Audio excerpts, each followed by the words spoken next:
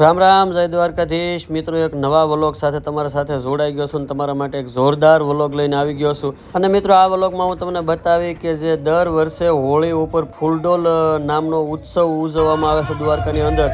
અને તમને કહી દઉં કે લાખોને નહીં પણ કરોડોની સંખ્યામાં જે શ્રદ્ધાળુઓ અને માનવ મેળાવડો 500 700 કિલોમીટરનો પંથ કાપી અને એ પોતે કૃષ્ણમય બની અને નાચતા ગાતા રમતા આવતા હોય ત્યારે અમે પણ અમારા મિત્રો અમે નીકળી ગયા. અને અમારે પણ અહીંથી ભગુડાથી દર વર્ષે ગ્રુપ અહીંથી હાલીને બધા સમૂહમાં જતા હોય ત્યારે આજે અમે તમને બતાવીશું કે અમે લીંબડીથી એ ગ્રુપ સાથે જોડાઈ જવાના છે. ચાલીને જેટલું અમારથી સલાહ એટલું. અને એ લોકો આગળ લીંબડી પુલ જે આવે છે ત્યાં અમારી રાહ છે. તો તમને અમે બતાવીએ કે આ જો અત્યારે ખંભાળિયાનો હાઈવે છે, ફૂલ ટેન્ટ છે ને ઠેઠ લગી સેવાકીય પ્રવૃત્તિઓ એટલું. તો મિત્રો, તમે વિડીયો બનાવી રહ્યો. આ આવી ગયું લીંબડી બ્રિજ અને અહીંથી અમે અમારા ગ્રુપ સાથે જોડાઈ જવાના છીએ. જે હાલીને ભગુડાનું ગ્રુપ છે અને જે હાલીને દર વર્ષે જાય છે. તો અહીંથી અમે એની હારે જોડાઈ ગયા અને એને જમાવટ કરતા જઈએ છીએ. અમારે ભાઈ ગુણભાઈ ને ભગુડા હે આખું ગ્રુપ છે અમારું, બધા મિત્રો અને બધા જમાવટ કરે જાય છે. કે તમે જોઈ શકો કે કેટલા બધા કૃષ્ણ લીન બની અને બધા એ ભક્તો 18 વરણ આમાં તો હાલીને આવે છે.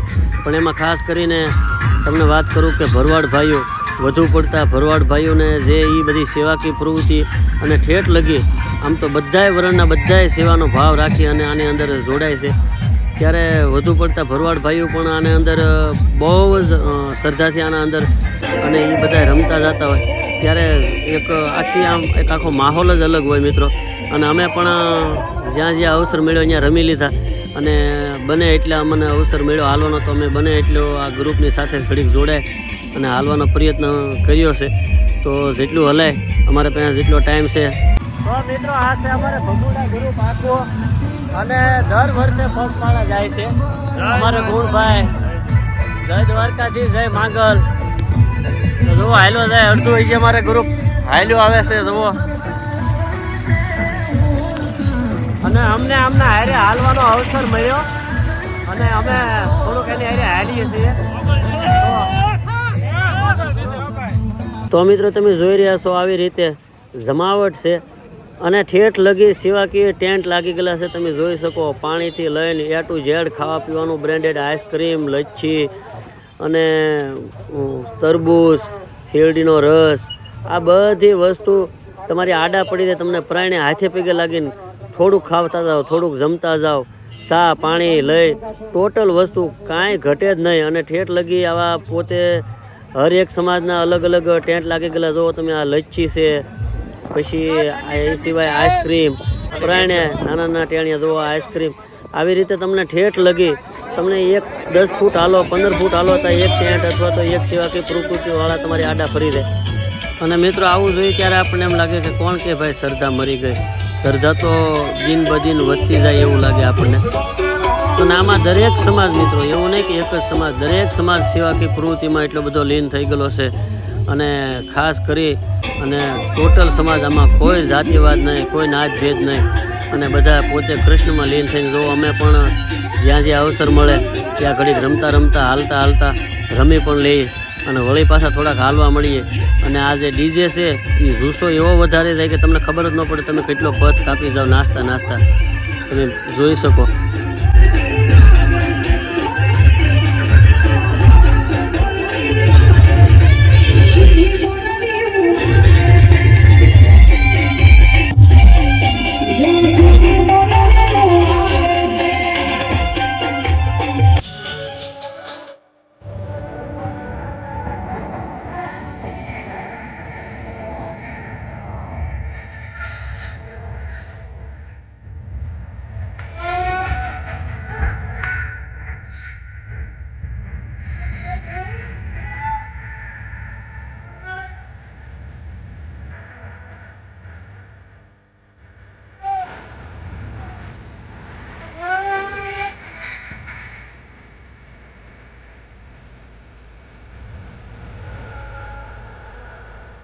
તો મિત્રો, તમે જોયું એવી રીતે તમે જોવો એટલે તમે રહી જ ન શકો, અંદરથી ઉપડે તમને રમવાની.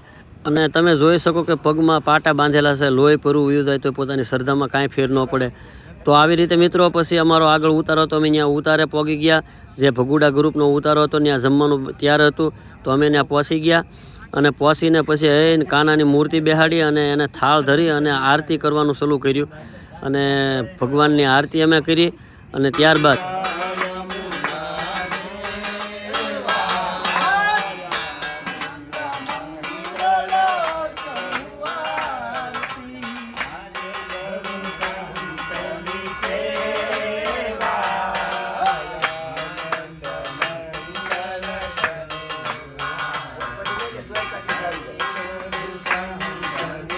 તો પછી મિત્રો અમે બેસી ગયા જમવા. અને કૃષ્ણ ભગવાનને થાળ ધરી અને પછી જમવાની બહરાટી બોલાવી અને જમી કાઢવી.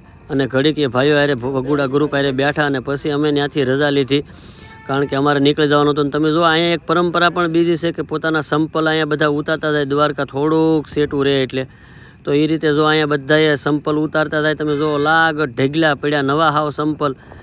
એ પરંપરા વિશે હું કાંઈ બહુ જાણતો નથી, પણ મેં જોયું બધા અહીંયા ઉતારતા જાય છે ઘણા બધા પોતાની પનોતી. અને અમે ત્યાંથી નીકળી ગયા આગળ. અને તમે જુઓ કે રસ્તા ઉપર ગાડી હાલવાની પણ જગ્યા નહીં, એવી ટ્રાફિક. અને હવે દ્વારકા આવીને મારા નાથનું જો દેવળ અહીંથી મળ્યું દેખાવા. બસ દૂરથી એની ધજાના દર્શન થઈ જાય ને તો આબરૂના ધજાગરા ન થાય એવો દ્વારકાધીશ.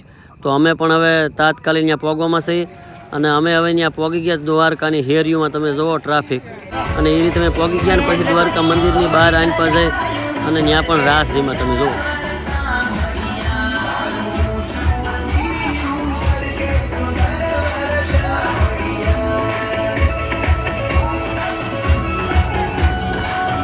તો મિત્રો આવી રીતે રાસ રમી અને પછી અમે અંદર દર્શન થઈ ગયા અમારે તાત્કાલિક.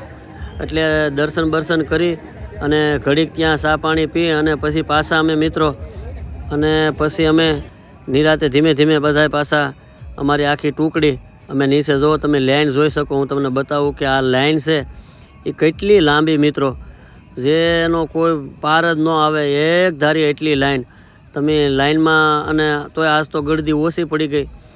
અહીંના એક મિત્ર છે એ વાત કરતા કે આજે કાલ કરતાં પણ 50% ગળદી ઓછી લાગે અમને.